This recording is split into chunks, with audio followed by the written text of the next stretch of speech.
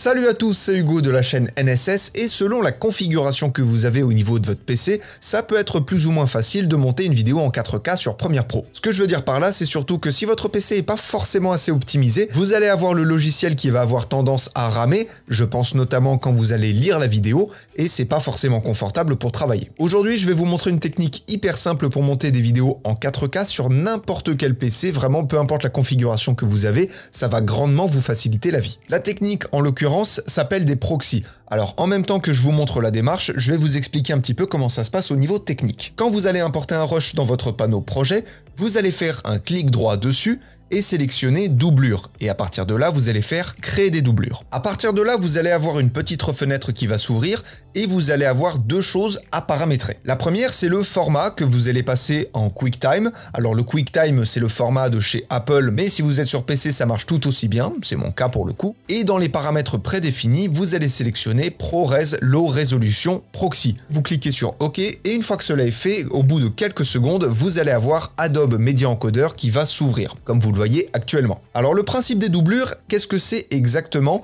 En fait, vous allez dire à Premiere Pro et notamment à Adobe Media Encoder, ok, tu vas prendre ce rush-là, tu vas me le rendre le plus léger possible juste pour le temps du montage. Comme ça, le temps de faire la vidéo, je suis tranquille, ça rame pas trop, toi ça t'allège en termes de charge de travail, etc. Bref, c'est bénéf pour tout le monde. Mais par contre, à l'exportation, on récupère la qualité. Donc vous allez avoir une réduction de la qualité, et je vais vous le montrer juste après.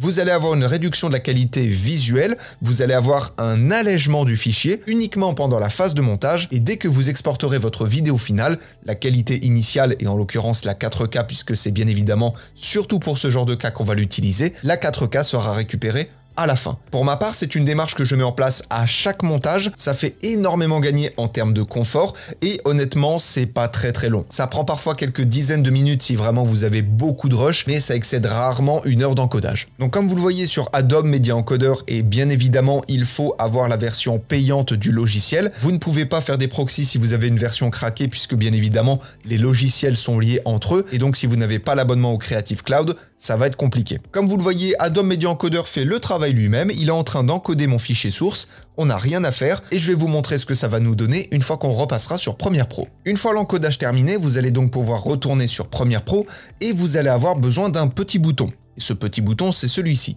Activer et désactiver les copies allégées, autrement dit les doublures. Alors si vous n'avez pas cette option, vous cliquez sur le petit bouton plus qui est juste à côté, vous allez avoir donc l'éditeur de boutons qui va s'afficher avec toutes les options possibles, il est juste ici, vous le glissez-déposez dans la barre de boutons juste en dessous et vous faites OK. Si je zoome sur mon image, là on voit qu'on a l'entièreté de la qualité, et si je clique sur le petit bouton, on va avoir immédiatement une version allégée. Et c'est vraiment immédiat, j'ai juste à cliquer et on switch d'une version à l'autre. Et surtout, chose très intéressante, et c'est vraiment là que le confort va se faire ressentir, quand vous allez déplacer votre tête de lecture sur votre timeline, quand le bouton n'est pas activé, vous allez avoir vraiment cet effet de saut, vous allez avoir vraiment votre timeline qui va un peu ramer et qui ne va pas vous afficher de manière fluide ce que la tête de lecture est en train de voir techniquement. Mais pour le coup, quand on active les doublures, étant donné que ce sont des copies allégées, là pour le coup, on va avoir un confort optimal, on va avoir notre timeline qui va nous afficher exactement ce que la tête de lecture est en train de voir, et comme je vous l'ai dit, c'est vraiment un grand confort pour le montage. Voilà, alors j'ai pris un peu plus de temps pour vous expliquer vraiment en détail le fonctionnement technique, etc. parce que c'est quand même assez important